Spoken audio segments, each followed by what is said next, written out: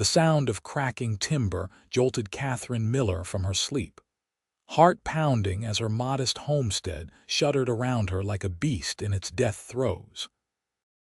The roof beams groaned, an unholy chorus that accompanied the first torrential rains of spring 1878, rains that had turned the dry earth beneath her home into a treacherous quagmire after months of drought across the Nebraska territory. "Lord in heaven," Katherine gasped, flinging herself from her bed just as a terrible splintering noise split the night. She barely had time to grab her shawl before the floor beneath her feet tilted at a sickening angle. The eastern wall collapsed first, folding inward like a house of cards while rain hammered through the newly formed opening. Katherine scrambled toward the door, her nightgown tangling around her legs as she fought to keep her balance on the increasingly unstable floorboards. The small table her father had crafted slid across the room, crashing against the far wall as Katherine lunged for the door handle. With a desperate yank, she pulled it open and stumbled out into the storm-lashed night. "Help!" she screamed, though she knew it was futile.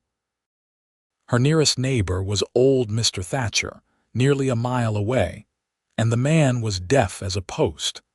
Katherine watched in horrified disbelief as the roof of her home caved inward with a deafening crash. She stumbled backward, rain plastering her chestnut hair to her face, as the place she'd called home for the past 3 years, the home she'd built with her own hands after her father's passing, crumpled like it was made of paper rather than the sturdy pine she'd hauled from town herself. In less than 5 minutes, it was over.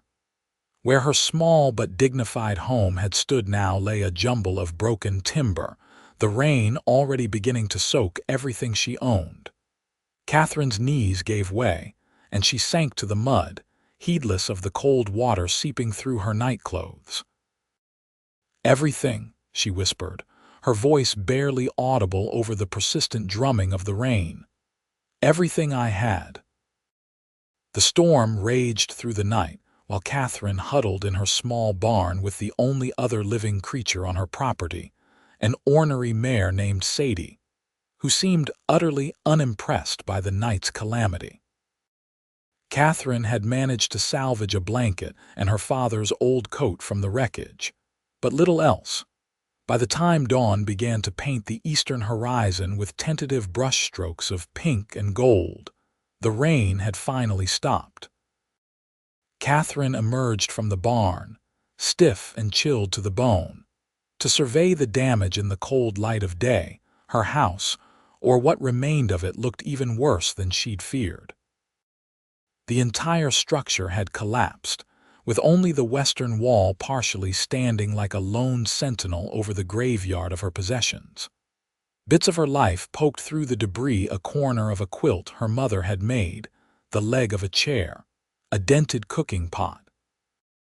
Katherine pushed a strand of damp hair from her face, squared her shoulders, and took a deep breath.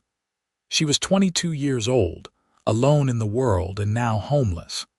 But she was still breathing, and while there was breath, there was hope, or so her father had always claimed. "Just gotta start somewhere," she muttered to herself, picking her way carefully through the debris to see what could be salvaged. She'd barely begun when the sound of approaching hoofbeats made her turn. Squinting against the early morning sun, Katherine saw a rider approaching from the east, silhouetted against the sunrise. As the figure drew closer, she could make out a tall man astride a powerful chestnut stallion. Behind him, he led a second horse pulling a small wagon loaded with what appeared to be lumber. The stranger reined in his mount about 20 feet from where Katherine stood amid the ruins of her home. He pushed back his hat, revealing a face weathered by sun and wind, with keen blue eyes that took in the scene with a single sweeping glance. "Looks like I arrived just in time," he said, his voice deep and resonant in the morning stillness. Katherine pulled her father's coat more tightly around her shoulders, suddenly acutely aware of her bedraggled appearance. Time for what, exactly? She asked, a note of wariness creeping into her voice. Strangers in these parts weren't always a blessing. The man swung down from his saddle with easy grace. He was tall, broad-shouldered, dressed in the practical garb of a working cowboy, worn denim pants, a faded blue shirt, leather vest, and scuffed boots that had clearly seen many miles. "Time to rebuild," he said simply, as if it were the most natural thing in the world to offer such assistance to a complete stranger. "Name's Daniel Blackwood. Was passing by on my way to Fort Kearney when I saw the storm rolling in last night. Figured there might be folks needing help come morning." Katherine eyed the lumber in his wagon with a mixture of hope and suspicion. "That's very neighborly of you, Mr. Blackwood, but I'm afraid I can't pay for materials or labor." Daniel's mouth quirked upward at one corner. "Didn't ask for payment, did I, Miss Miller? Katherine Miller." She straightened her spine, dignity reasserting itself despite her disastrous circumstances. "And in my experience, Mr. Blackwood, people rarely offer something for nothing. Then you've been meeting the wrong people, Miss Miller." Daniel removed his gloves, tucking them into his belt. "My pa raised me to believe that helping folks in need is just what decent men do. No more, no less." He turned, gesturing to the wagon. "Got enough lumber here to at least get you started on a roof over your head. Won't be fancy, but it'll keep the rain off while we figure out the rest." "We?" Katherine questioned, still not quite believing this apparent stroke of good fortune. Daniel nodded, his expression serious now. "You planning to rebuild this place by yourself?" Katherine glanced at the destruction around her, then back at the stranger with his wagon of timber. Pride warred with practicality in her heart. She'd been independent since her father died 3 years ago, running this small homestead alone despite the whispers in town that a woman couldn't manage without a husband. She'd proven them wrong until last night's storm had destroyed everything she'd worked for.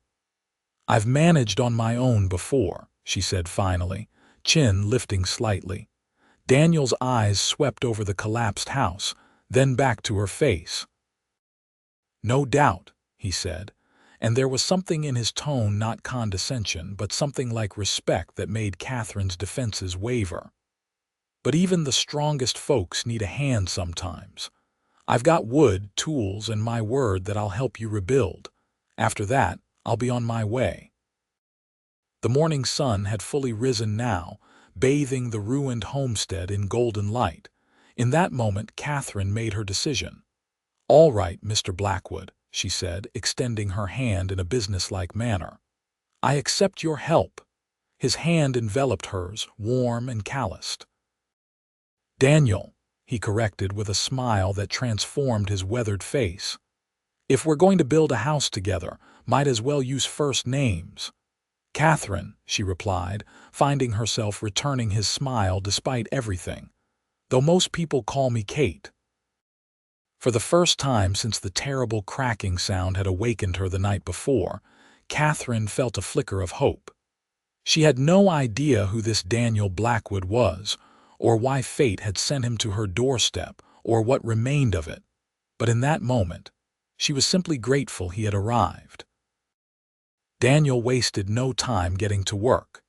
He tethered his horses to a post near the barn, then spent several minutes walking the perimeter of the collapsed structure, occasionally kneeling to examine the foundation or what remained of the frame. "Foundation still mostly good," he announced, returning to where Katherine stood. "That's a blessing. What happened is the ground beneath the eastern side got too soft with the rain and the support beams shifted." "Can it be fixed?" Katherine asked, dreading the answer. "Fixed and improved," Daniel replied with confidence. "We'll need to shore up that eastern foundation with some stones, dig a better drainage system around the perimeter." He glanced at her. "First things first, though, let's see what we can salvage from inside." For the next few hours, they worked side by side. carefully removing debris and setting aside anything that could be saved. Katherine was surprised by Daniel's methodical approach and how gently he handled her possessions, no matter how humble they might appear. "This is fine craftsmanship," he commented, examining the remains of her father's table, which had miraculously survived with only a broken leg. "Can be repaired good as new." "My father made it," Katherine said, running her hand over the smooth wood. "He was a carpenter before we came west." Daniel nodded appreciatively. "He taught you his trade, some," Katherine admitted. "Enough that I've been able to keep this place standing, until now." She couldn't keep the bitterness from her voice. "No shame in losing to nature," Daniel said quietly. "Happens to the best of us." By midday, they had salvaged what they could: some furniture, kitchenware, a trunk containing Katherine's clothes that had been partially protected by a fallen beam, and a few precious mementos, including a daguerreotype of her parents on their wedding day. Daniel brought jerky and hardtack from his saddlebag, sharing it with Katherine for a simple meal as they sat on overturned crates in the shade of the barn. "Where were you headed before you decided to stop here?" Katherine asked, curious about this man who had appeared like an answer to an unspoken prayer. Daniel chewed thoughtfully before answering. "Fort Kearney. Got word they're looking for men to help rebuild some structures damaged in a fire last month." He shrugged. "I've been drifting, picking up carpentry work where I can find it." "You're a carpenter." Katherine couldn't help the note of surprise in her voice. His mouth twitched in amusement. "Expected me to be just another cowpoke, did you?" Katherine flushed. "I didn't mean, no offense taken," Daniel assured her. "Truth is, I'm a bit of both. Worked cattle drives from Texas to Kansas for years, but my real skill's always been with wood." He flexed his hands, strong and capable. "My father was a master carpenter back in Pennsylvania. Taught me everything I know." "Is he still there?" Katherine asked. A shadow passed over Daniel's face. "No, lost both my parents to influenza in '69. After that, the East didn't hold much appeal anymore." "I'm sorry," Katherine said softly, recognizing the familiar pain of loss. "My mother died of fever when I was 16. Father brought me west afterward, said we both needed a fresh start. Then his heart gave out 3 years ago." They sat in companionable silence for a moment, two orphans in a vast and often unforgiving land. "So," Daniel finally said, dusting crumbs from his hands, "what's your plan for this place? Assuming we get you a roof over your head again." Katherine looked across at the ruins of her home, considering. "Keep going, I suppose. I've got 40 acres here. It's not much, but the soil's good. I've been growing wheat and vegetables, selling the excess in town." "All by yourself?" There was that note of respect again in his voice. "All by myself," Katherine confirmed, a touch of pride returning. "Though I won't pretend it hasn't been hard at times." Daniel nodded, his blue eyes appraising her with newfound interest. "Well, Miss Katherine Miller, I believe we should get back to work if we aim to have you sleeping under a roof tonight rather than with your horse." "Sadie would be terribly offended to hear you call her just a horse," Katherine replied with the first genuine smile since the disaster. As they returned to the collapsed house, Katherine found herself studying Daniel Blackwood when he wasn't looking. There was something reassuring about his presence, a steady confidence that made the overwhelming task ahead seem manageable. She didn't know why he'd really stopped to help her, but she was beginning to believe his simple explanation. That's just what decent men do. By late afternoon, they had cleared enough debris to begin work on a simple shelter. Daniel's expertise quickly became evident as he directed their efforts, showing Katherine how to properly join supporting beams and explaining his decisions as they worked. "We'll build you a temporary shelter first," he explained. just big enough for you to sleep in and keep your essential belongings dry. Once that's secure, we can take more time rebuilding the main house properly." Katherine nodded, handing him nails as he requested them. "How long do you think it will take?" Daniel paused, considering. "For a proper job, few weeks at least." Katherine's heart sank. "But you said you were headed to Fort Kearney." "Fort's been there a long time. Reckon it'll still be there when we're done here." He glanced at her, hammering a nail with precise force. "Unless you're eager to be rid of me." "No," Katherine said quickly, perhaps too quickly, she realized as heat rose to her cheeks. "I just wouldn't want to keep you from your plans." Daniel shrugged, returning to his work. "Plans change. Seems to me you've got greater need at the moment." As the sun began its descent toward the western horizon, they had completed a small but sturdy shelter, approximately 8 feet square with a slanted roof and a simple door. It wasn't much to look at, but it was weather-tight and solid. "It's just temporary," Daniel reminded her, seeing Katherine's expression as she surveyed the tiny structure. "But it'll keep you dry tonight if the rain returns." "It's perfect," Katherine said sincerely. "I can't thank you enough for your help today, Mr. Black Daniel." "Day's not over yet," he replied. "Let's get your bedding and necessities moved in before dark." They worked until the light began to fade, arranging the small shelter as comfortably as possible. Daniel built a fire pit a safe distance from both structures, and soon they were sitting beside a cheerful blaze while Katherine brewed coffee in a pot they'd salvaged from the ruins. "Tomorrow we should ride into town," Daniel suggested, accepting the tin cup Katherine offered him. "Get more supplies. Maybe hire a wagon to bring back proper materials." Katherine stiffened slightly. "I told you I can't afford. I've got money," Daniel interrupted gently. "Been saving from my last few jobs. Was going to use it getting established near the fort, but this seems a more pressing need." "I can't accept that," Katherine protested. Daniel regarded her steadily over the rim of his cup. "Consider it a loan, then. You can pay me back when your next harvest comes in." Katherine wanted to argue further, but found herself too exhausted after the day's events. "We'll discuss it tomorrow," she said finally. They sat in silence for a while, watching the flames dance in the gathering darkness. Katherine found herself studying Daniel's profile, illuminated by the firelight.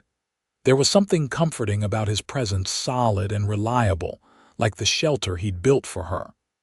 "Where will you sleep tonight?" she asked suddenly, realizing she hadn't considered this. Daniel gestured toward the barn. "I've bedded down in worse places than your barn. Sadie and I will get along just fine." Katherine nodded, relieved yet strangely disappointed at the same time. "Of course. Better turn in," Daniel suggested. "Tomorrow will be another long day." Katherine rose, brushing off her skirts. "Thank you again, Daniel. I still can't quite believe you stopped to help a stranger like this." Daniel's expression was serious in the flickering light. "Sometimes a person just knows when they're needed somewhere. I saw your place from the ridge as the storm was rolling in last night, and something told me to check on it come morning." He shrugged, as if embarrassed by this admission. "Glad I listened." "So am I," Katherine said softly, before bidding him good night and retreating to her tiny new shelter. Inside, lying on her salvaged bedding, Katherine found sleep elusive despite her exhaustion. The events of the past 24 hours played through her mind like scenes from a strange dream: the terrifying collapse of her home, the dawn's devastating revelation, and then the unexpected arrival of Daniel Blackwood with his wagon of lumber and his steady hands. There was no logical reason for her to trust him so quickly. Yet something in her heart told her he was exactly what he appeared to be: a good man offering help where it was needed. In this harsh frontier, where survival often depended on self-reliance, Such genuine kindness was rare enough to seem almost miraculous. As Katherine finally drifted toward sleep, her last conscious thought was of Daniel's hands as they worked with the wood, strong yet gentle, confident in their craft. Hands that built things rather than destroyed them. Hands that had, in the space of a single day, begun to rebuild not just her home, but perhaps something in her spirit as well. The next morning dawned clear and bright. The devastating storm of 2 nights ago nothing but a memory written in mud and debris. Katherine awoke to the sound of hammering and emerged from her shelter to find Daniel already at work, reinforcing the small structure with additional supports. "Good morning," he called, pausing in his labor. "Hope I didn't wake you too early." "Not at all," Katherine replied, suddenly conscious of her rumpled appearance. She'd slept in the clothes they'd salvaged yesterday, having no opportunity to properly wash or change. "You've been busy already." "Thought this place could use some extra bracing," Daniel explained, driving another nail home with practiced precision. "Should hold even if another storm blows through." Katherine nodded appreciatively, then gestured toward the barn. "I'll see to Sadie and your horses, then start some breakfast." "Already tended to the horses," Daniel said, "but breakfast would be welcome." Katherine felt a twinge of something like embarrassment, or was it guilt? That he had risen earlier and accomplished so much while she slept. It wasn't like her to be outworked, especially on her own property. Using the fire pit from the previous evening, Katherine soon had coffee brewing again and was cooking a simple meal of cornmeal mush with the few provisions they had on hand. "It's not much," she apologized as they sat to eat. "Tastes just fine," Daniel assured her, eating with the hearty appetite of a man who'd already put in several hours of physical labor. "We'll stock up properly in town today." As they ate, they discussed plans for the day ahead. The nearest town, Willow Creek, was about an hour's ride away. Daniel suggested they make a list of everything they would need, not just for immediate repairs, but for properly rebuilding Katherine's home. "If we're going to do this, might as well do it right," he said. "Maybe even make some improvements on the original design." "Such as?" Katherine asked, curious. Daniel's eyes lit with enthusiasm. "Well, for one thing, we could add proper drainage channels around the foundation, and maybe extend the roof overhang on the eastern side to better protect against driving rain. The support beams could be reinforced with." He caught himself, looking slightly abashed. "Sorry, get me talking about building and I tend to go on." "No, please," Katherine encouraged, finding his passion for his craft endearing. "I want to hear your ideas." By the time they finished breakfast, they had a rough plan sketched in the dirt beside the fire, a design similar to Katherine's original home, but with several practical improvements. "It's perfect," Katherine said, studying the sketch. "Though I still don't know how I'll ever repay you for all this." "Let's worry about building it first," Daniel suggested pragmatically. Ready to ride to town, Katherine hesitated, looking down at her disheveled state. "I should. That is, I need to make myself presentable first." Daniel nodded, understanding. "Take your time. I'll hitch up the wagon." Using some of their precious water supply and the few personal items she'd managed to salvage, Katherine did her best to make herself presentable. She changed into her second-best dress, thankfully only slightly damaged in the collapse, and arranged her chestnut hair as neatly as possible without her missing hairbrush. When she emerged from the shelter, Daniel had the wagon ready, his chestnut stallion harnessed alongside a sturdy bay from his own team. "Your mare doesn't look like she'd take kindly to pulling a wagon," he explained with a grin, noting Katherine's questioning look. "Sadie barely tolerates being ridden," Katherine agreed with a rueful smile. "She's the most stubborn creature I've ever known, but she was my father's horse, so I keep her anyway. The ride to town was pleasant despite the serious purpose behind it. The spring morning was fresh and clean after the recent rains, with wildflowers beginning to dot the rolling prairie around them. Daniel proved to be good company, sharing stories of his travels across the Western Territories without dominating the conversation. Katherine found herself relaxing in his presence, even laughing at his dry observations about some of the characters he'd encountered on cattle drives. "So you truly were a cowboy before turning to carpentry?" she asked as they rode. Daniel nodded. "For about 5 years after I first came west." "Good way for a young man to see the country, though harder work than most realize." He flexed his hands on the reins. "But I always kept my hand in with woodworking. Would often end up fixing things around the ranches where we delivered cattle.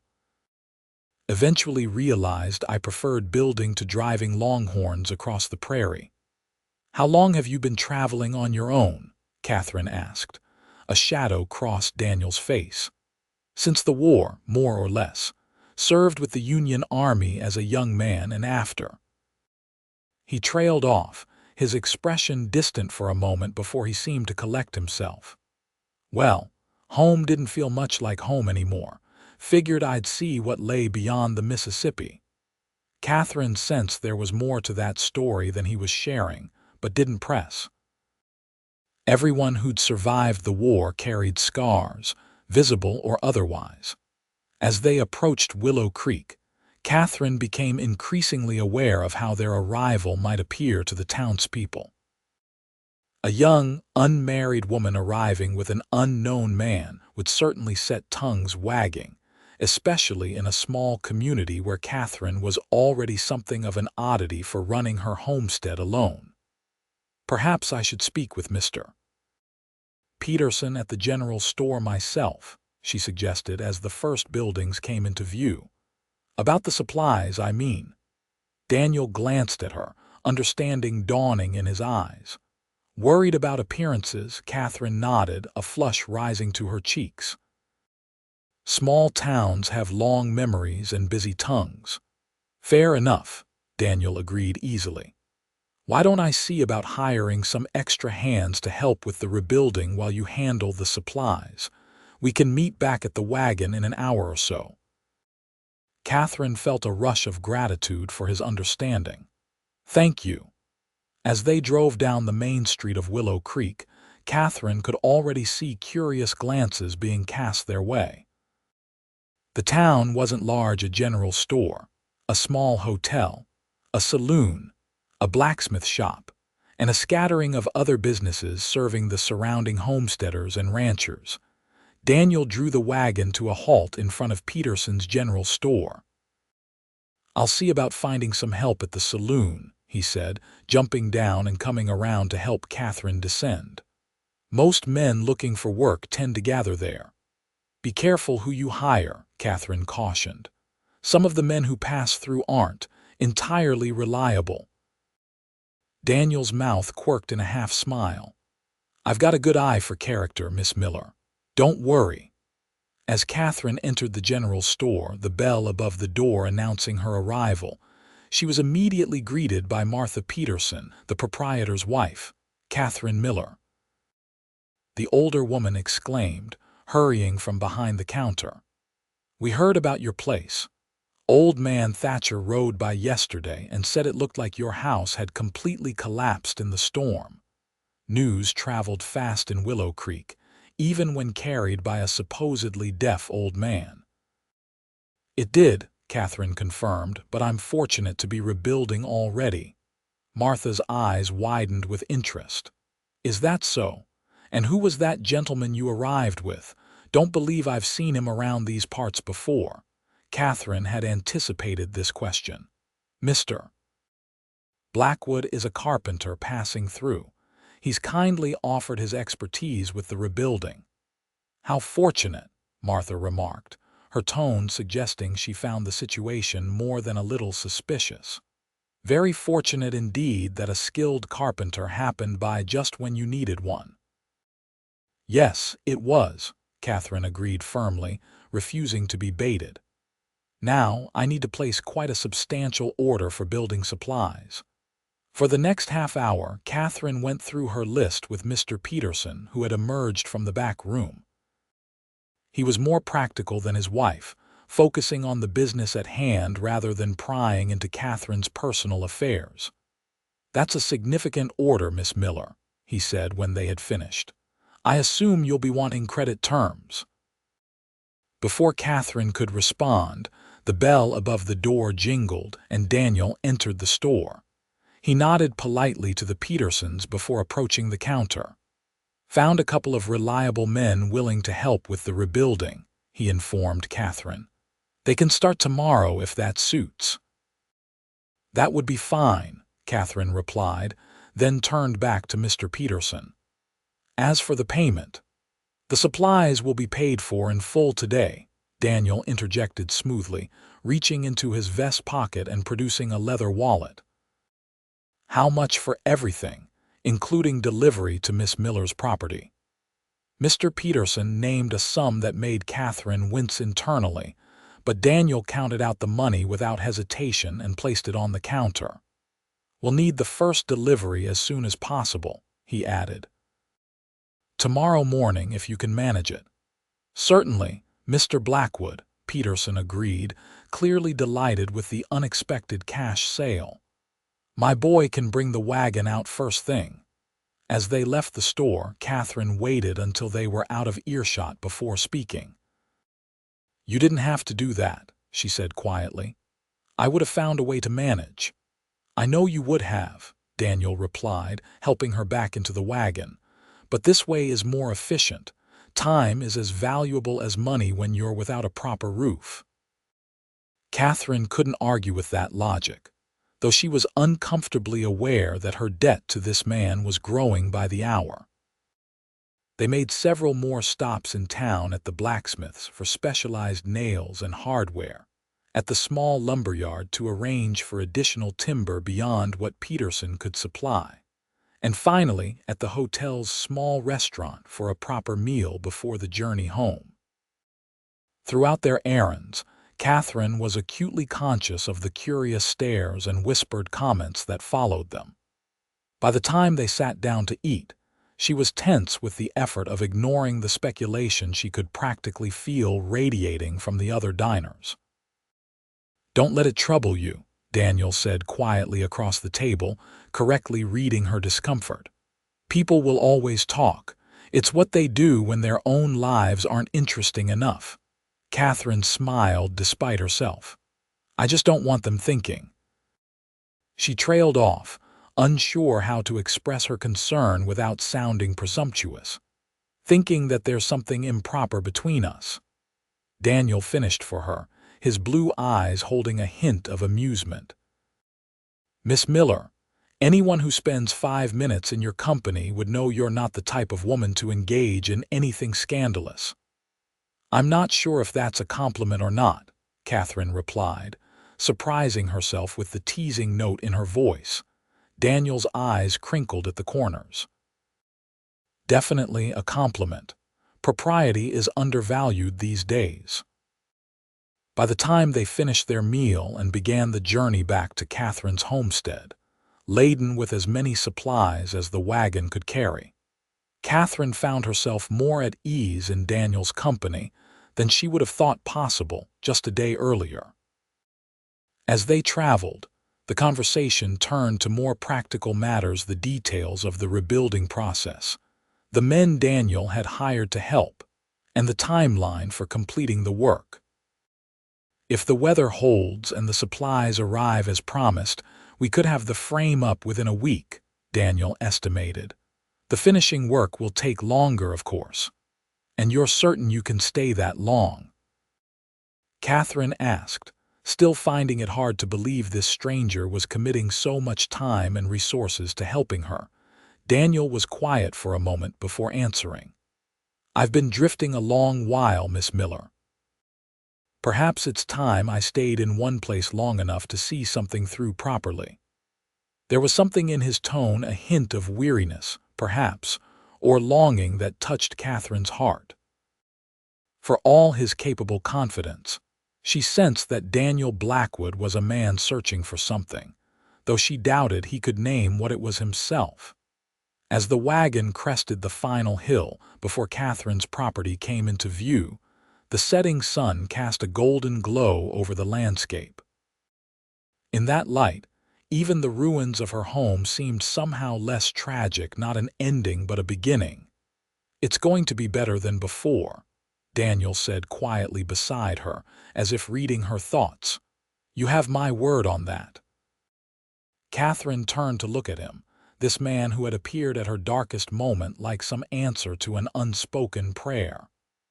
"I believe you," she said simply, and was surprised to discover that she truly did. The next week passed in a blur of activity. True to his word, Mr. Peterson's son arrived early the following morning with the first delivery of supplies, and the men Daniel had hired, brothers named James and Thomas Wilson, proved to be skilled and hardworking. Under Daniel's direction, they began by properly clearing the remaining debris and salvaging any usable materials from the original structure. The foundation was carefully examined, reinforced where needed, and extended slightly to accommodate the improved design Daniel had proposed. Katherine worked alongside them whenever possible, determined to contribute to the rebuilding of her home despite Daniel's assurances that she needn't exert herself. "I'm not made of china, Mr. Blackwood," she informed him firmly on the second day, when he suggested she might want to focus on her garden instead of helping with the heavy labor. "This is my home, and I'll have a hand in rebuilding it." After that, Daniel seemed to develop a new respect for her, teaching her proper construction techniques rather than trying to shelter her from the work. Katherine proved to be a quick study, her previous experience with basic carpentry providing a foundation that Daniel helped expand with his more advanced knowledge. The Wilson brothers, initially skeptical about taking instruction from a woman, soon came to appreciate Katherine's determination and intelligence. By the end of the first week, they were treating her with the same respect they showed Daniel. Each evening, after the Wilsons had departed for their own home a few miles away, Katherine and Daniel would share a simple meal by the fire pit, discussing the day's progress and planning for the next. These quiet moments had become Katherine's favorite part of the day. There was something deeply satisfying about reviewing their accomplishments while the new framework of her home took shape before their eyes, its skeleton silhouetted against the darkening sky. "We should have the roof beams up by the end of next week," Daniel observed one evening as they sat companionably beside the fire. "Once those are secure, we can start on the walls and roof proper." "It's going so much faster than I expected," Katherine marveled, cradling a cup of coffee between her hands for warmth as the spring evening turned cool. "Many hands make light work," Daniel replied with a small smile, "though I wouldn't exactly call it light." Katherine studied him in the flickering firelight. Despite the physical demands of the past week, Daniel seemed more relaxed than when he'd first arrived, as if the work itself was a balm to some inner restlessness. "You truly love building, don't you?" she asked. Daniel nodded, his eyes reflecting the dancing flames. "Always have. There's something right about creating something solid, something that will last." He gazed at the framework of the house, his expression thoughtful. "So much in this world falls apart or fades away, but a well-built home, that can stand for generations." "Is that why you became a carpenter instead of continuing as a cowboy?" Katherine inquired, genuinely curious about this man who had so unexpectedly become central to her life. Daniel was silent for a long moment, and Katherine wondered if she'd overstepped. But when he finally spoke, his voice was steady if quiet. "After the war, I couldn't stomach destruction anymore," he said simply. "Saw too much of it. Building seemed like the only proper answer." Katherine didn't press for more details, sensing the weight of memories behind his words. They sat in companionable silence for a while, the crackling of the fire and the distant call of a night bird the only sounds. "Tell me about your parents," Daniel said eventually, changing the subject. "You mentioned your father was a carpenter." Katherine nodded, grateful for the shift to easier ground. "Yes, though he worked primarily as a cabinet maker back in Ohio. He had a small shop where he made furniture, beautiful pieces that wealthy families would commission." "Why did he leave that behind to come west?" Daniel asked. Katherine's fingers tightened around her cup. "After my mother died, the memories were too painful, I think. Everything in our town reminded him of her." She paused, remembering. "He said we needed a fresh start, somewhere we could build something new together." "And you did," Daniel observed, gesturing to the land around them. "We tried," Katherine agreed softly. "We had 3 good years here before his heart gave out. I think he was happy those last years, more at peace at least." "And you stayed on alone," Daniel said, his tone holding that note of respect she'd come to recognize. "That can't have been easy." Katherine shrugged, trying for nonchalance despite the emotion that threatened to well up. "It wasn't, especially at first, but this place was our dream, his and mine. I couldn't bear to abandon it." "And now?" Daniel asked, his blue eyes intent on her face. "Now it's my dream," Katherine replied simply. "My home." Daniel nodded as if her answer confirmed something for him. "Then we'll make sure it stands strong this time." As they prepared to retire for the night, Daniel to the barn, and Katherine to her small shelter, Daniel paused, looking somewhat hesitant for the first time since she'd met him. "Katherine," he said, using her first name with a careful formality, "I want you to know that I admire what you've built here. Not just the homestead, but the life. It takes courage to stand alone." Before Katherine could respond, he bid her good night and strode toward the barn, leaving her with a curious warmth in her chest that had nothing to do with the dying fire. As she lay in her shelter that night, Katherine found herself reflecting on how quickly Daniel Blackwood had gone from stranger to what, exactly? Not quite a friend yet, perhaps, but something more than a hired hand or temporary helper. There was a growing ease between them, a natural rhythm to their interactions that made it feel as if they'd known each other far longer than a mere week. It was dangerous, she knew, to become too accustomed to his presence. He would leave eventually, once the house was rebuilt. He had his own plans, his own path to follow. Katherine had learned long ago not to depend too heavily on others people left, one way or another. Her mother through death, her father the same. Even the neighbors who had initially helped after her father's passing had gradually returned to their own concerns, leaving Katherine to manage alone. And yet, as sleep finally claimed her, Katherine found herself hoping that Daniel Blackwood might not be in such a hurry to move on after all. The following days fell into a productive routine. Each morning, they would rise early, Daniel invariably before Katherine, and begin work as soon as the light was good enough. The Wilson brothers would arrive mid-morning, and the 4 of them would work steadily through the day, breaking only for a simple midday meal that Katherine insisted on preparing. "You're all working on my behalf," she declared when Daniel suggested they could simply eat cold provisions to save time. "The least I can do is provide a proper meal." These lunches became a time not just for sustenance but for camaraderie. The Wilson brothers, initially reserved, gradually opened up, sharing stories of their own homesteading experiences and local gossip. Katherine found herself laughing more than she had in years, especially when Daniel would counter their tall tales with even more outlandish stories from his cowboy days.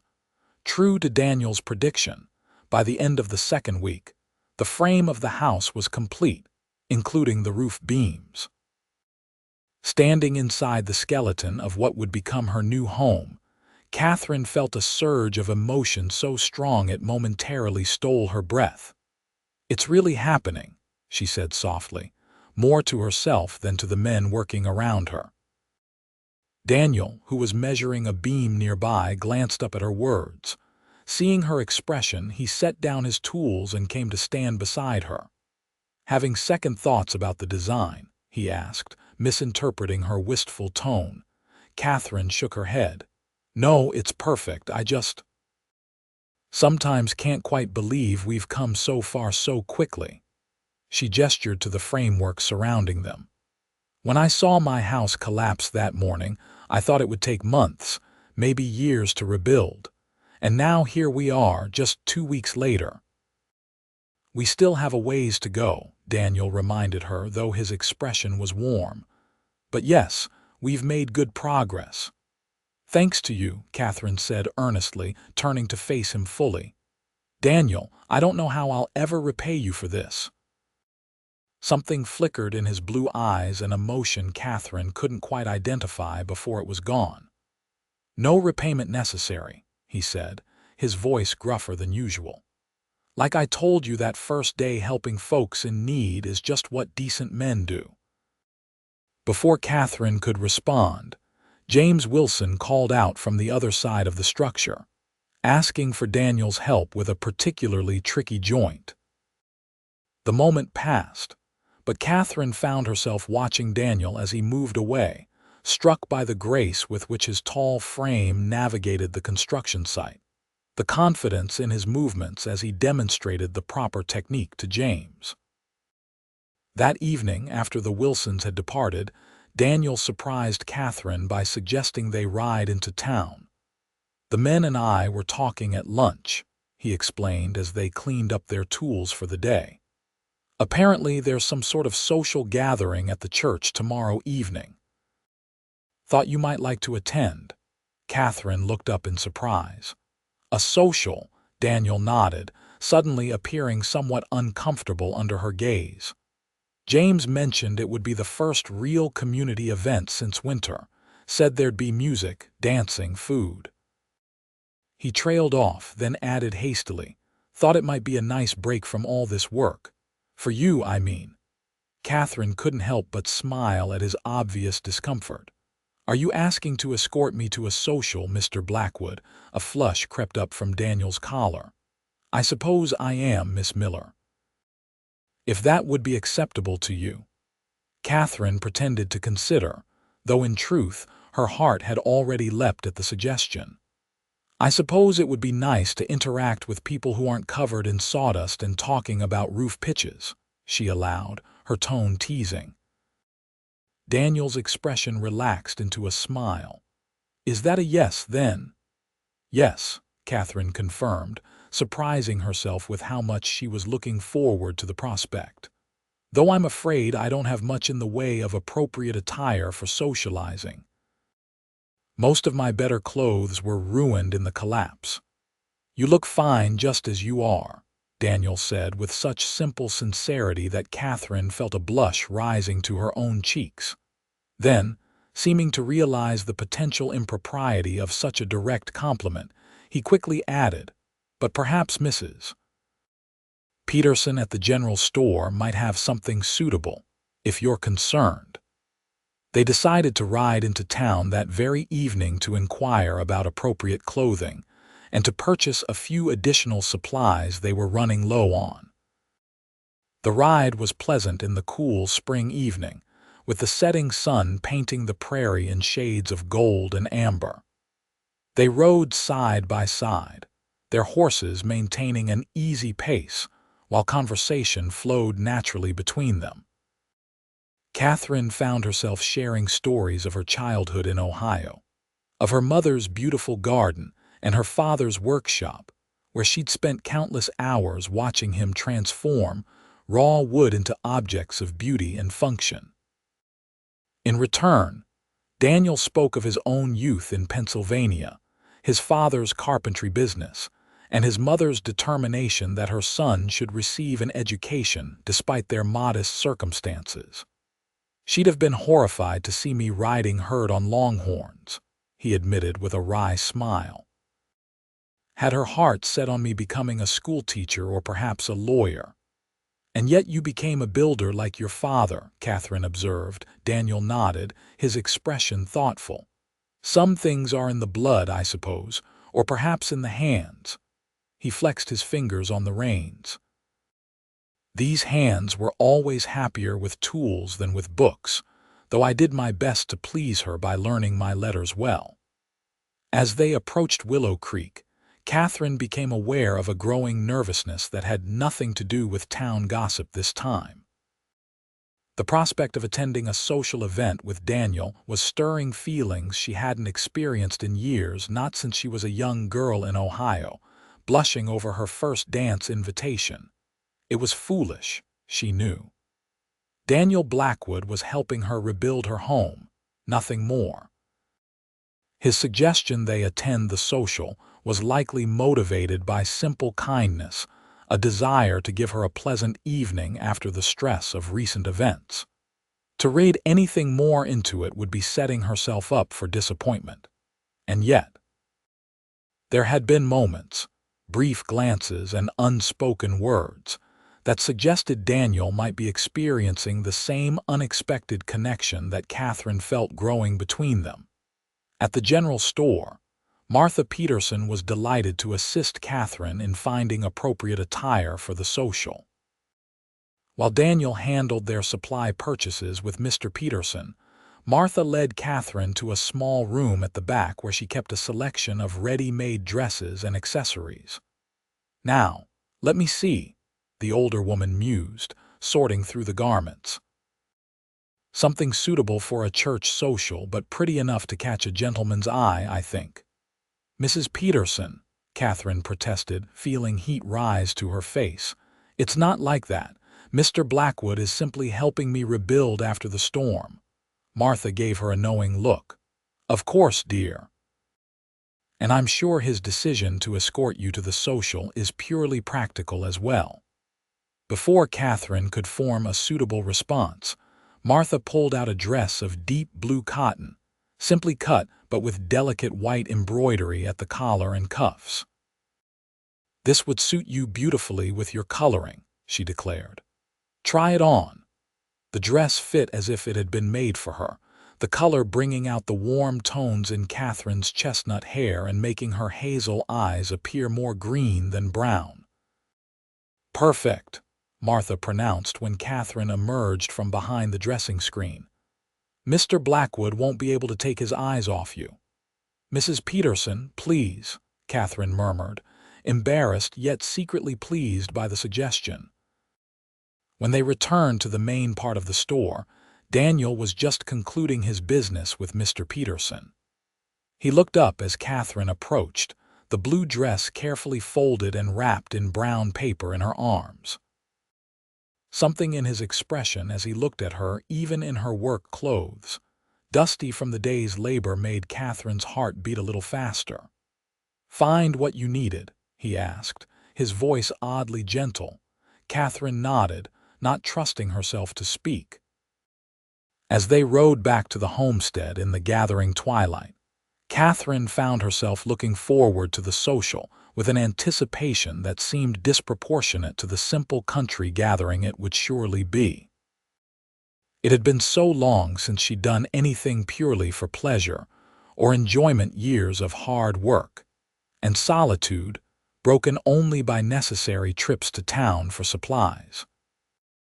The prospect of an evening of music and dancing, with Daniel Blackwood as her escort, felt like a gift she hadn't known she was longing for until it was offered.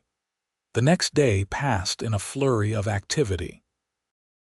Work on the house continued as usual, but there was an undercurrent of anticipation that made the hours seem to fly by. The Wilson brothers teased Daniel good-naturedly about cleaning up for the ladies, while Katherine found herself distracted by thoughts of the evening ahead.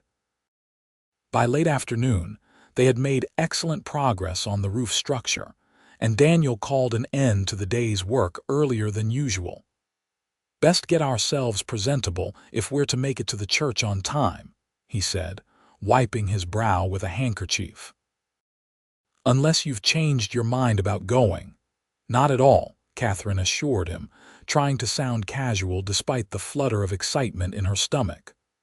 "I'll just need a little time to get ready." While Daniel went to the barn to wash up and change, Katherine retreated to her shelter with a precious bucket of water she'd been saving for this purpose. Using a small mirror salvaged from the ruins of her home, she washed her face and hands thoroughly, then brushed out her long chestnut hair until it shone, the blue dress from Mrs. Peterson transformed her from hard-working homesteader to something altogether different, a young woman ready for an evening of social pleasure. Looking at her reflection in the small mirror, Katherine barely recognized herself. When she emerged from the shelter, the sun was low on the horizon, bathing everything in a warm golden glow. Daniel was already waiting by the wagon, and the sight of him made Katherine pause momentarily. He had clearly made an effort with his appearance. His usually unruly dark hair was neatly combed, and he had shaved his face clean of the stubble that typically shadowed his jaw by the end of a workday. He wore a clean white shirt with a dark vest and trousers, simple clothes, but well cared for and fitting his tall frame perfectly. Daniel turned at the sound of her approach, and Katherine had the satisfaction of seeing his eyes widen slightly as he took in her appearance. "Miss Miller," he said, his voice uncharacteristically formal, "you look very nice." "Thank you," Katherine replied, equally formal though a smile tugged at her lips. "As do you, Mr. Blackwood." He helped her up into the wagon with careful hands, then climbed up beside her and took the reins.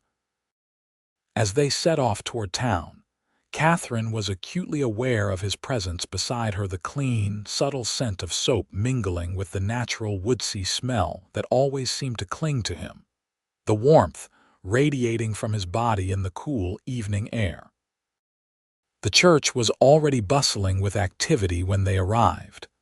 Lanterns had been hung from the small porch and around the churchyard, casting a warm, inviting glow over the gathering.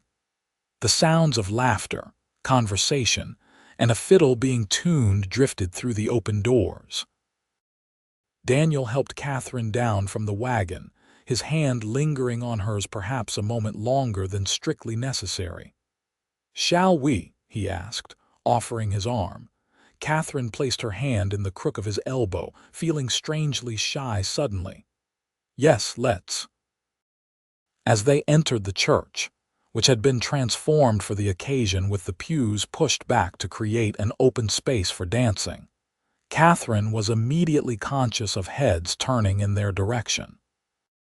She recognized most of the faces, neighbors from surrounding homesteads, shopkeepers from town, and their families, but she had rarely socialized with them beyond brief exchanges during her infrequent visits to Willow Creek. "Katherine Miller." A friendly voice called out, and Katherine turned to see Sarah Collins, the blacksmith's wife, approaching with a warm smile. "How wonderful to see you here. We've all been so worried since we heard about your house." Katherine returned the smile, genuinely pleased by the woman's friendly greeting. "Thank you, Sarah. It was quite a shock, but we're making good progress on rebuilding." Sarah's eyes flickered curiously to Daniel, who stood quietly at Katherine's side. Taking the hint, Katherine performed the introduction. "This is Mr. Daniel Blackwood. He's been kind enough to lend his expertise to the reconstruction. Daniel, this is Mrs. Sarah Collins." "Pleased to meet you, madam," Daniel said politely, tipping his head in acknowledgement. "Likewise, Mr. Blackwood," Sarah replied, her eyes twinkling with barely suppressed interest. "It's so good of you to help our Katherine in her time of need." Before the conversation could continue, the small band struck up a lively tune, and people began moving toward the center of the room to form sets for a country dance. "Would you care to dance, Miss Miller?" Daniel asked, and though his expression remained composed, Katherine thought she detected a hint of nervousness in his voice. "I would, thank you," she replied, allowing him to lead her toward the forming sets. It had been years since Katherine had participated in any kind of dancing, but the simple patterns of the country reel came back to her quickly. Daniel proved to be a capable dancer despite his size, moving with the same natural grace he displayed in his carpentry work. As they circled each other, hands meeting briefly before parting again according to the dance's pattern, Katherine found herself laughing with simple joy. The music, the movement, the warmth of community around them, it all combined to lift her spirits in a way she hadn't experienced since before her father's death. Daniel seemed equally affected, his usually serious expression replaced by a genuine smile that transformed his face, making him appear younger and more carefree. They danced several sets, stopping only when the band paused for a break and refreshments were announced. Daniel procured cups of punch for them both, and they found a quiet corner where they could catch their breath and observe the gathering. "You're quite the dancer, Mr. Blackwood," Katherine remarked, sipping her punch. "I wouldn't have expected it." Daniel's mouth quirked in amusement. "My mother insisted I learn, said it was an essential social skill for any young man with prospects." "And did you have prospects?" Katherine asked teasingly. A shadow passed briefly over Daniel's face. "Once, perhaps, before the war." He took a drink of his punch, then visibly shook off whatever memory had momentarily claimed him. But that was a lifetime ago. Katherine wanted to ask more but sensed his reluctance to elaborate. Instead, she changed the subject. "I'm glad we came tonight. I'd forgotten how pleasant it can be to simply enjoy oneself." Daniel's expression softened as he looked at her. "You work too hard, Katherine, running that homestead alone, taking on everything yourself." "Says the man who rises before dawn and works until dusk every day," Katherine countered with a smile. "Fair point," Daniel acknowledged. "Perhaps we both could use more evenings like this." The simple statement hung between them, laden with implications neither was quite ready to explore. Before the moment could become awkward, the band struck up again, this time a slower waltz. Daniel set down his empty cup and held out his hand. "One more dance before we head back." Katherine placed her hand in his, her heart beating a little faster as he led her to the dance floor. Unlike the country dances with their structured patterns and brief points of contact, the waltz required Daniel to place his hand at her waist, holding her closer as they moved together in time to the music. Katherine was acutely aware of his touch, gentle yet secure, guiding her through the steps with confidence. They moved well together, finding a natural rhythm that made it seem as if they'd danced like this many times before. As they circled the floor, Katherine caught sight of Mrs. Peterson watching them with a knowing smile, and Sarah Collins whispering something to her husband while nodding in their direction. Katherine knew there would be talk, a young, unmarried woman dancing so comfortably with a handsome stranger, but in that moment, she couldn't bring herself to care. For the first time in years, she felt fully alive, fully present in her own skin. The weight of responsibility and solitude that had been her constant companion since her father's death seemed to lift, if only temporarily, as she danced in Daniel's arms. All too soon, the music ended. Daniel's hand lingered at her waist for a heartbeat longer than necessary before he stepped back, a hint of reluctance in his movement. "Thank you for the dance, Miss Miller," he said formally, though his eyes held something warmer than formality. "My pleasure, Mr. Blackwood," Katherine replied, equally formal despite the color she could feel rising in her cheeks. They said their goodbyes to the various acquaintances Katherine had reconnected with during the evening, then made their way back to the wagon. The night had grown cooler, and Daniel thoughtfully draped his coat over Catherine's shoulders before helping her up onto the seat. The ride home was quieter than their journey to town had been, but it was a comfortable silence, filled with unspoken thoughts rather than awkwardness. The prairie night surrounded them, vast and peaceful under a canopy of stars so bright they seemed close enough to touch. "I've always loved the night sky out here," Catherine said softly, breaking the silence as they neared her property. "It makes me feel both very small and very fortunate, all at once." Daniel glanced upward, then back at her. "How so?" Catherine considered how to explain. "Small because it reminds me how vast the world is, how many stars and planets exist beyond our understanding. But fortunate because I get to be here now, witnessing it all." She smiled self-consciously. "That probably sounds foolish." "Not at all," Daniel replied, his voice quiet in the darkness. "I've felt the same many nights on the trail, like being given a gift you can never quite deserve." They lapsed back into silence until they reached the homestead. Daniel helped Catherine down from the wagon, his hands strong and sure at her waist. As her feet touched the ground, she found herself standing very close to him, close enough to see the starlight reflected in his eyes. For a breathless moment, Catherine thought he might kiss her, and even more surprisingly, she realized she wanted him to. But Daniel stepped back, releasing her gently. "Thank you for accompanying me tonight," he said, his voice slightly rougher than usual. "I enjoyed it very much." "So did I," Catherine replied, suddenly shy again. "Thank you for suggesting it." They stood awkwardly for a moment before Daniel cleared his throat. "Well, we should both get some rest.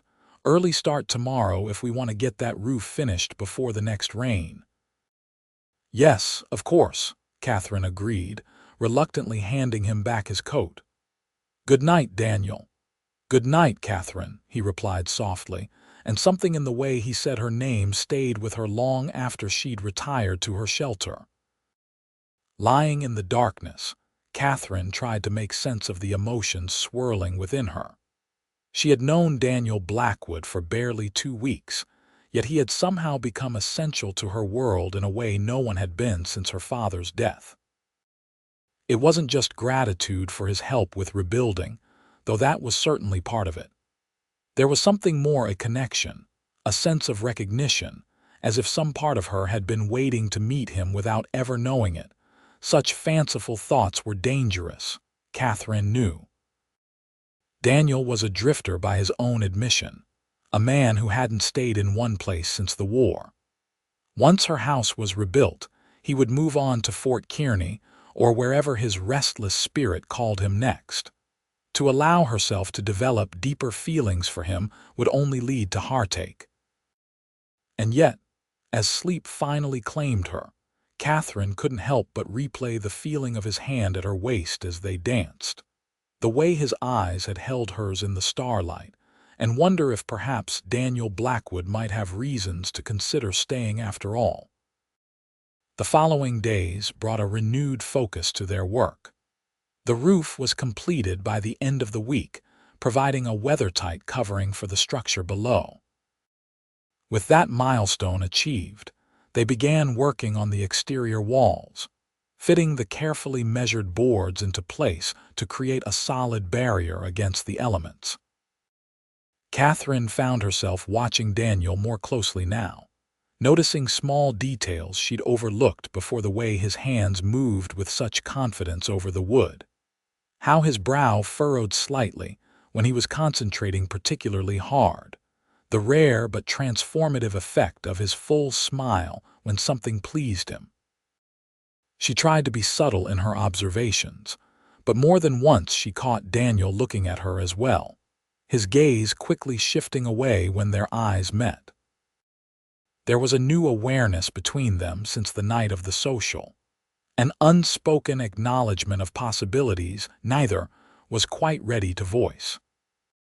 The Wilson brothers seemed to sense the change as well, exchanging knowing glances when Daniel would stop what he was doing to help Catherine with a particularly difficult task, or when Catherine would bring water specifically to Daniel during their breaks, lingering a moment longer than necessary as their fingers brushed during the exchange. By the end of the third week, the exterior of the house was nearly complete, with only the final details remaining. The interior would take longer, but the structure was already recognizable as a home larger and more solidly built than Catherine's original house had been. "We could start moving your things in from the shelter tomorrow," Daniel suggested one evening as they reviewed the day's progress. "The bedroom area is secure enough now, and it would be more comfortable for you than that small shelter." Catherine nodded, trying not to think about how the completion of the house meant Daniel would soon have no reason to stay. "That sounds sensible. Thank you." "The interior work will take another couple of weeks," Daniel continued, seemingly unaware of her sudden disquiet. "Walls, floors, finishing details, but at least you'll be properly sheltered while we complete it." "Yes," Catherine agreed, forcing a smile. "It's remarkable how quickly it's come together." Daniel looked at her, a slight frown creasing his forehead. "Is something wrong? You seem subdued this evening." Catherine shook her head quickly. "No, not at all. Just tired, I suppose. It's been a long day." Daniel didn't appear entirely convinced but didn't press the issue. "Why don't you turn in early then? I can finish cleaning up here." Catherine wanted to object to prolong their evening together but found herself nodding instead. "Perhaps I will. Thank you, Daniel. Good night." "Good night, Catherine," he replied, his eyes following her as she walked toward her shelter. Inside, Catherine sat on her bedding, arms wrapped around her knees like a child seeking comfort. The thought of Daniel leaving once the house was complete created a hollow feeling in her chest that surprised her with its intensity. She had grown so accustomed to his presence, to their easy partnership and growing friendship, that the prospect of returning to her solitary existence seemed impossibly bleak. But what alternative was there? She could hardly ask him to stay, to abandon whatever plans or dreams had been guiding him toward Fort Kearney. Daniel Blackwood had already given her far more than she could have hoped for or expected from a passing stranger. To want more would be selfish and presumptuous. The next morning, Catherine awoke determined to appreciate the time she had left with Daniel rather than dwelling on his eventual departure. If these few weeks were all they were to have together, then she would make the most of them, creating memories to sustain her in the solitary days ahead. With this resolution firmly in mind, Catherine emerged from her shelter to find Daniel already at work, as usual. But instead of continuing with the exterior details as she'd expected, he was constructing something new, a small wooden structure near the garden plot. "Good morning," she called, approaching curiously. "What are you building?" Daniel straightened, wiping his brow with his sleeve. "Morning. Thought we might need a proper well housing since you're going to be here permanently. The old one was pretty rudimentary." The simple statement, "since you're going to be here permanently," struck Catherine with unexpected force. Of course she would remain here. This was her home, her land. But hearing Daniel state it so matter-of-factly, with the unspoken contrast to his own impermanence, sent a pang through her heart. "That's very thoughtful," she managed, keeping her voice even. "Though hardly necessary with everything else you've done." Daniel shrugged, returning to his work. "Doesn't take much extra time, and it'll make drawing water easier for you in the long run. For you, not for us." Another reminder that his presence was temporary. "Well, thank you," Catherine said, forcing brightness into her tone. "What can I help with today?" They worked steadily through the morning, and by midday had begun transferring Catherine's belongings from the small shelter to the nearly completed bedroom area of the new house. It wasn't fully finished. The interior walls were still bare studs in places, and the floor was rough planking that would eventually be smoothed and sealed, but it was dry, secure, and far more spacious than the temporary shelter had been. Standing in what would become her bedroom, Katherine felt a complex mixture of emotions: pride in what they had accomplished together, gratitude for Daniel's expertise and generosity, and a deep, persistent sadness at the knowledge that soon he would no longer be part of her daily life. "What do you think?" Daniel asked, setting down the trunk containing her clothes. "Will it suit you?" Katherine looked around at the sturdy walls, the carefully crafted window frames, the solid roof overhead. "It's wonderful, Daniel, better than I could have imagined." Something in her voice must have betrayed her conflicted feelings, for Daniel gave her a searching look. But Katherine shook her head quickly. "No, but it's perfect, truly. I'm just overwhelmed, I suppose, by everything." Daniel stepped closer, his expression gentle. "Katherine, if something's troubling you, I hope you know you can tell me." The concern in his eyes nearly undid her composure. How could she explain that what troubled her was the very thing she should be most grateful for: the rapid completion of her home, which would signal the end of their time together? "It's nothing," she insisted, forcing a smile. "Just being foolish. Now, we should get back to work if we want to finish moving everything before dark." Daniel looked as if he might say more, but after a moment he simply nodded and picked up the trunk again to position it against the wall. The Wilson brothers arrived soon after, and the work continued at its usual pace. By evening, Katherine's belongings had been transferred to the new house, and she would sleep there tonight for the first time. As dusk fell, Daniel built a fire in the newly constructed hearth, a simple stone structure that would eventually be the centerpiece of the main room, but was currently surrounded by unfinished walls and floors. "First fire in your new home," he said, watching the flames catch and grow. "Seems like it calls for some kind of celebration." Katherine smiled, genuine this time. "What did you have in mind?" Daniel reached into his saddlebag, which he'd brought in earlier, and produced a small package wrapped in brown paper. "Got this in town last time we were there. Been saving it for a special occasion." He unwrapped the package to reveal a small cake, somewhat squashed from its journey but still intact. "It's not much, but Mrs. Peterson assured me it was her best recipe." Katherine was touched by the thoughtful gesture. "It looks wonderful." Daniel produced a small knife and cut the cake into portions, handing the first piece to Katherine on a bit of clean wood, since they had yet to unpack her plates. "To new beginnings," he said, raising his own piece in a mock toast. "New beginnings," Katherine echoed, though the words caught slightly in her throat. They ate in comfortable silence for a while, watching the flames dance in the hearth. The fire cast a warm, golden glow over the unfinished room, softening the rough edges and creating an atmosphere of cozy intimacy, despite the space's incomplete state. "It's going to be a fine home," Daniel observed, his voice quiet in the firelit darkness. "Solid, well built. It should stand for generations." "Thanks to you," Katherine said softly. Daniel shook his head. "We built it together, Katherine. You and me and the Wilsons, but mostly you and me." The simple statement hung in the air between them, laden with meaning beyond the mere words. They had built something together, not just a house, but a partnership, a friendship, perhaps something more that neither had yet found the courage to name. "Daniel," Katherine began, then hesitated, unsure how to continue. He looked at her expectantly, his face half in shadow, half illuminated by the flickering firelight. "Yes." Katherine took a deep breath. "What will you do when the house is finished?"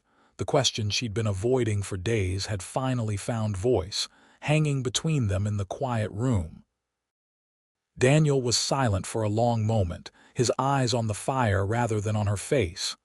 "I'm not sure," he admitted finally. "Fort Kearney was the plan, but," Katherine prompted when he didn't continue. Daniel turned to look at her then, his expression serious. "Plans change. People change. Sometimes you find something you weren't looking for and it makes you reconsider your path." Katherine's heart beat faster at his words. "What have you found, Daniel?" In the firelight, his eyes were impossibly blue, intent on her face. "Peace," he said simply. "For the first time in years. Working here, building this place with you." He gestured around them at the half-finished house. "It's felt right in a way nothing has since before the war." Katherine hardly dared breathe, afraid to break the moment of honesty between them. "I've felt it too," she admitted quietly. "Not just gratitude for your help, but something more." Daniel set aside his plate, moving slightly closer to where she sat. "Katherine, I came west looking for something, though I couldn't have told you what it was. Drifted from place to place, job to job, never settling because nothing ever felt like it could be home." He paused, his expression earnest. "Until now." Katherine's pulse raced at his words, hope blooming in her chest. "Are you saying—" "I'm saying I don't want to leave when the house is finished," Daniel said, his voice steady despite the vulnerability in his eyes. "If you'll have me, I'd like to stay. Build a life here with you." The directness of his declaration took Katherine's breath away. There was no flowery language, no elaborate courtship, just a simple, honest expression of feeling and intent. It was so characteristic of Daniel, so perfect in its straightforwardness, that Katherine felt tears spring to her eyes.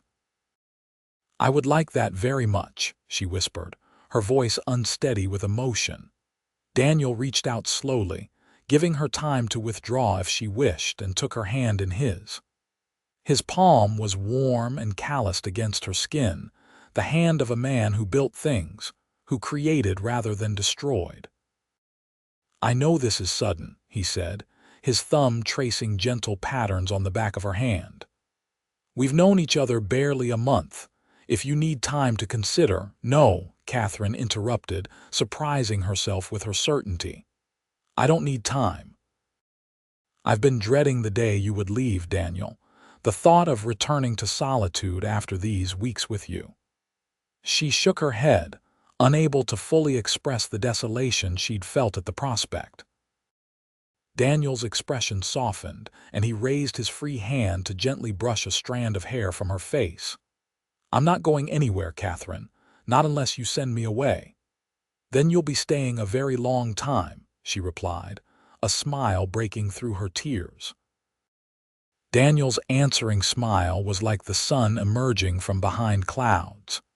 He leaned forward slowly, giving her every opportunity to pull away, and when she didn't, he pressed his lips to hers in a kiss that was gentle yet full of promise. Katherine had been kissed before, awkward, fumbling encounters with boys back in Ohio, but never like this. Daniel's kiss was confident without being demanding, tender without being timid. It felt like coming home after a long journey, like finding something precious she hadn't known she'd lost. When they finally parted, Daniel rested his forehead against hers, his breathing slightly uneven. "I've wanted to do that since the night of the social," he admitted.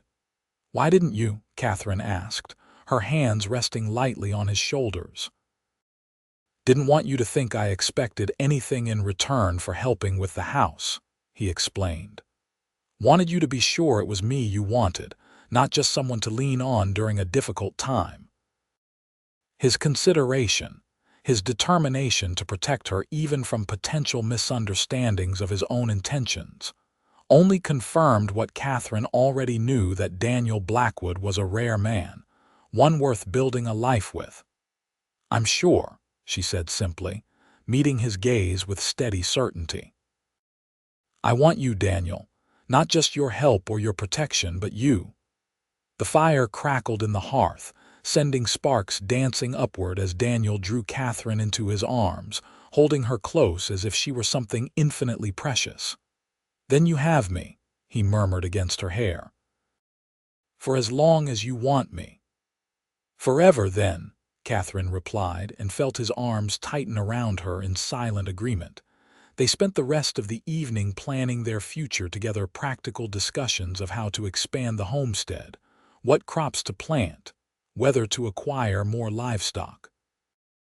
Daniel spoke of building a proper workshop where he could create furniture and take commissions from people in town, continuing his father's craft while helping Katherine work the land. It was a simple vision, modest in its ambitions but rich in its promise of shared labor and shared joy. As the fire burned low and the night deepened around them, Katherine felt a contentment she had not known since before her father's death, the profound security of knowing she was no longer facing life alone.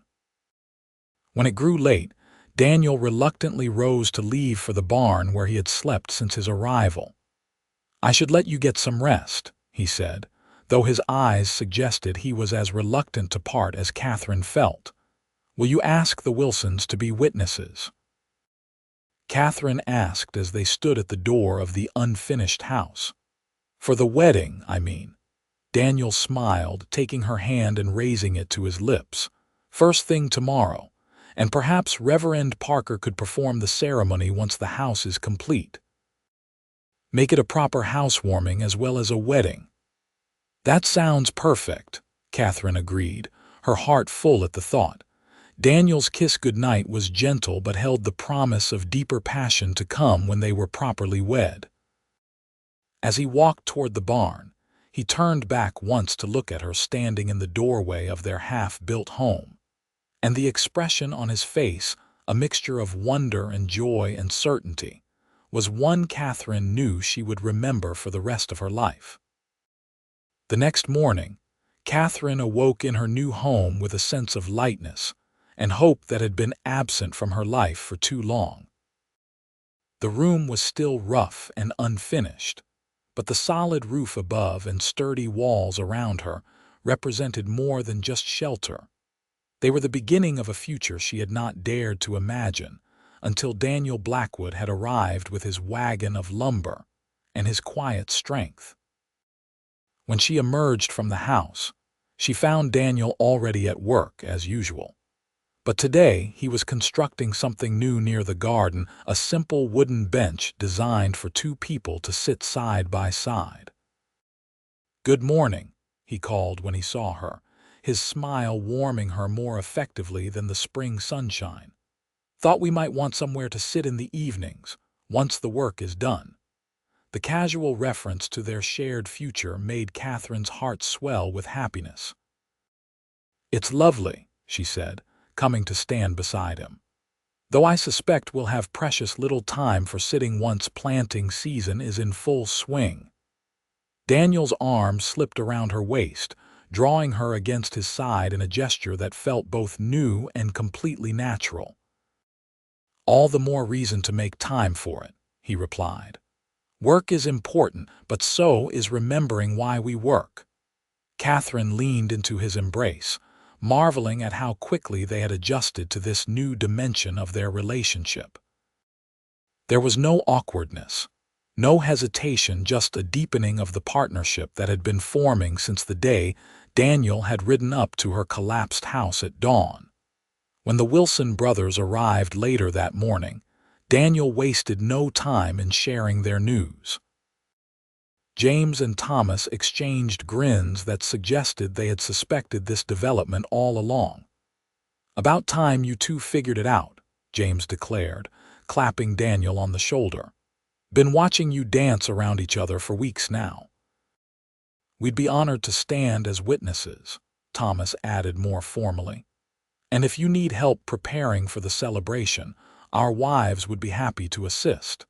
The following weeks passed in a blur of activity and joy. Work on the house continued steadily, with the interior taking shape day by day. Word of the upcoming wedding spread through the community, and to Katherine's surprise, several neighbors she barely knew offered congratulations and practical gifts for their new home. People look out for each other out here, Daniel observed when Martha Peterson arrived with a handmade quilt as a wedding present. They may keep their distance most of the time, but when it matters, they show up. Katherine had lived too long in isolation to have fully appreciated this truth, but she was discovering that Daniel was right. The same community that had seemed distant and sometimes judgmental was rallying around them now, offering support and genuine good wishes for their future together. Reverend Parker visited to discuss the wedding ceremony, which would take place once the house was complete enough for a proper celebration. He was a kind, practical man who seemed genuinely pleased by their union.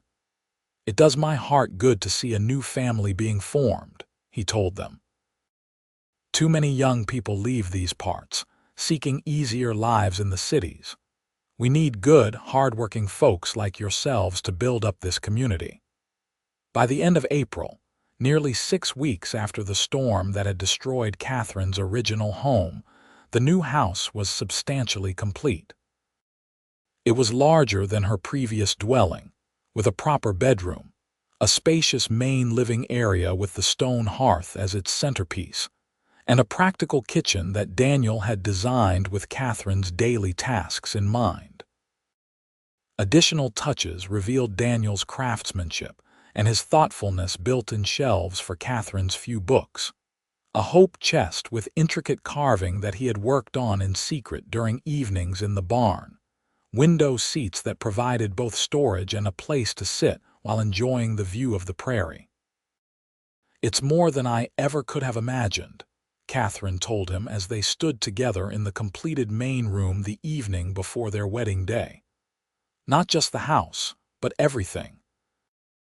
Daniel's arms encircled her from behind, his chin resting gently on the top of her head as they surveyed what they had built together. "It's just the beginning," he murmured. "We have a lifetime to keep building our home, our farm, our family." The mention of family sent a warm thrill through Katherine. They had spoken of children. Of course, it was a natural assumption for a married couple on a homestead where extra hands would always be needed.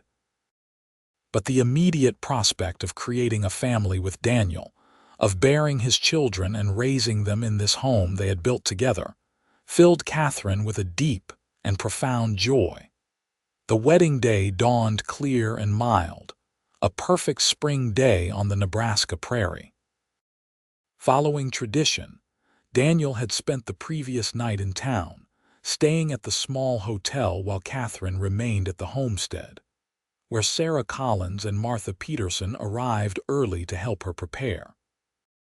"Every bride deserves to look her best, no matter how practical the circumstances," Martha declared as she unpacked a small valise containing various feminine accoutrements. To Katherine's surprise, they had brought with them a wedding dress not new, but lovingly preserved and altered to fit her slender frame. "It was my daughter's," Sarah explained as Katherine touched the cream-colored fabric with reverent fingers. "She's out in California now with her husband, and she wrote that she'd be honored for you to wear it." "But I've never even met her," Katherine protested, overwhelmed by the generosity. Sarah smiled, her eyes kind. "That doesn't matter. Out here we're all connected. My Rebecca understands that better than most." The dress fit as if it had been made for Katherine, the simple style suited to a frontier wedding while still maintaining an element of grace and beauty. With her chestnut hair arranged in loose curls adorned with small wildflowers the women had gathered that morning, Katherine hardly recognized herself in the small mirror Martha held up for her inspection.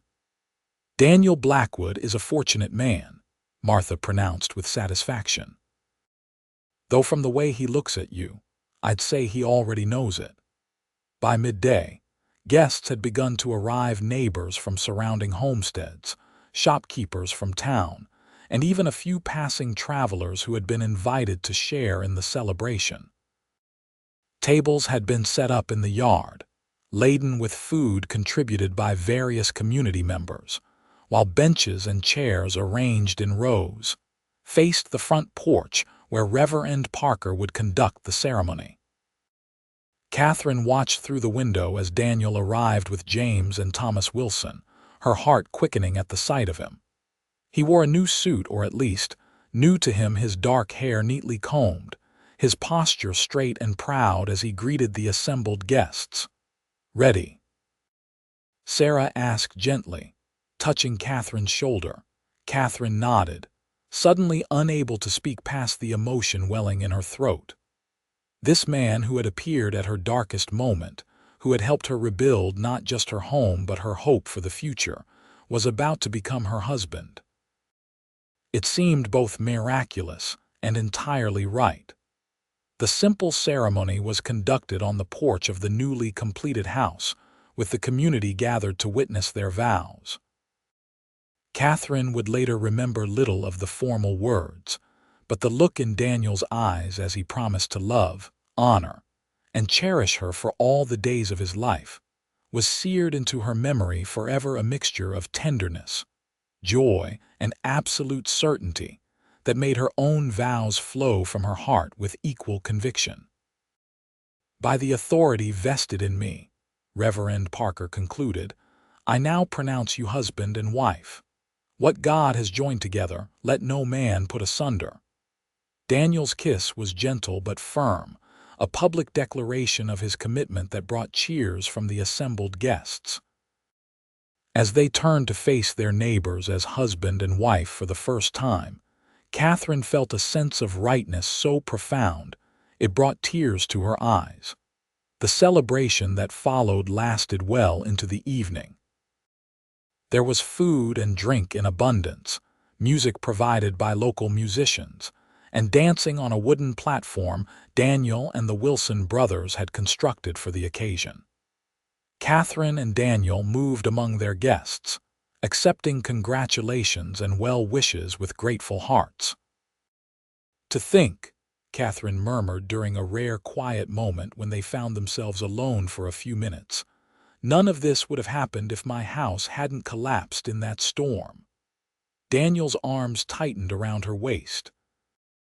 "I'd have found you eventually," he said with such conviction that Katherine couldn't help but believe him. "Some things are meant to be, storm or no storm."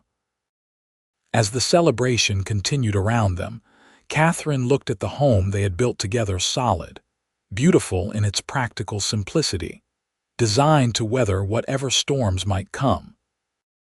It stood as a testament to what could be created from disaster, how destruction could lead to something stronger and more enduring than what had been lost. "I love you, Daniel Blackwood," she said simply, looking up into the face of the man who had ridden into her life with lumber and his word, and had given her so much more than just a rebuilt house. "And I love you, Katherine Blackwood," he replied, the new name falling naturally from his lips.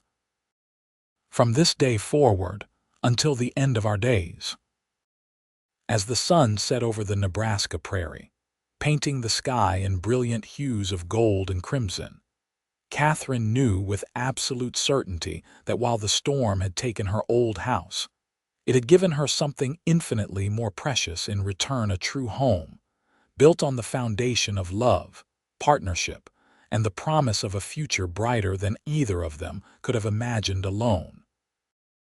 Epilogue. 5 years later, the sound of children's laughter floated through the open windows of the Blackwood homestead. Carried on the warm summer breeze that rustled the curtains Katherine had sewn the previous winter. She smiled as she kneaded bread dough at the kitchen table, listening to Daniel's deep voice mingling with the higher tones of their children playing in the yard. 5 years had passed since the storm that had changed everything. 5 years of hard work, joy, occasional hardship, and love that had only deepened with each passing season. The homestead had prospered under their joint care, expanding to include more livestock, larger fields of wheat and corn, and a thriving vegetable garden that produced enough to sell the excess in town. Daniel's carpentry skills had become renowned throughout the region, bringing a steady stream of commissions for furniture, cabinetry, and special items that supplemented their farm income. The workshop he had built behind the house was his domain, though 3-year-old Samuel already showed a keen interest in his father's craft, watching with solemn attention as Daniel transformed raw wood into objects of beauty and function. At the thought of her son, Katherine moved to the window, brushing flour from her hands. In the yard, Daniel was demonstrating something to Samuel and his 5-year-old sister, Emma. The little girl, with Katherine's chestnut hair and Daniel's blue eyes, was attempting to mimic her father's movements while Samuel watched critically, his small face serious with concentration. The sight of them, together her husband and their children, never failed to fill Katherine with profound gratitude. Emma had been born almost exactly 9 months after their wedding, arriving with the first winter snow, a tiny, perfect daughter who had been joined 2 years later by her equally perfect brother. Now, a third child grew beneath Katherine's heart, though she hadn't yet shared the news with Daniel. Tonight, she decided, watching as he swung Emma up onto his shoulders while Samuel demanded his turn. Tonight, when the children were asleep, she would tell him they would welcome another Blackwood to their growing family come winter. As if sensing her gaze, Daniel looked up toward the window where she stood. His smile, the same smile that had first given her hope on that dawn when he'd arrived with his wagon of lumber, warmed her from across the distance. 5 years, 2 children with another on the way, a prosperous farm, and a home that had withstood multiple seasons of prairie storms without so much as a leaking roof, all built on the foundation of a collapsed house, and the unexpected arrival of a carpenter with a generous heart and steady hands. Katherine placed her hand on her still flat stomach, thinking of the new life growing there, another branch on the family tree they were nurturing together. Outside, Daniel was now giving both children rides on his back, pretending to be a horse while they shrieked with delight. "Come join us, Mama," Emma called, spotting Katherine at the window. "The bread needs to rise," Katherine called back with a smile. "The bread can wait," Daniel countered, his eyes twinkling with the same spark that had first kindled something in Katherine's heart years ago. "Some things are more important." Katherine laughed, wiping her hands on her apron. He was right, of course. The bread could wait. The garden could wait. Even the mending piled in her sewing basket could wait. What couldn't wait was this moment, this perfect, ordinary, miraculous moment with the family that had been born from destruction and rebuilt with love, stronger than before. As Katherine stepped out into the sunshine to join her husband and children, she sent a silent prayer of gratitude to whatever force had brought that storm 5 years ago, collapsing her house in the night so that Daniel Blackwood could arrive at dawn with wood and his word. Some might call it fate or providence or simply good fortune. Katherine called it the beginning of everything that mattered, the collapse that had led to the building of a life more beautiful and solid than anything she could have constructed alone. As Daniel's arms slipped around her waist, pulling her into the circle of their family's joy, Katherine knew with absolute certainty that they had built something that would withstand whatever storms might come, a home in the truest sense, founded not just on timber and nails but on love, partnership, and the promise they renewed with each passing day. And in the years to come, as their family grew and the homestead prospered, the story would be told and retold to children and eventually grandchildren, the tale of how Katherine's house collapsed in the night, until a cowboy arrived at dawn with wood and his word. And together, they built not just a new house, but a legacy of love that would endure for generations.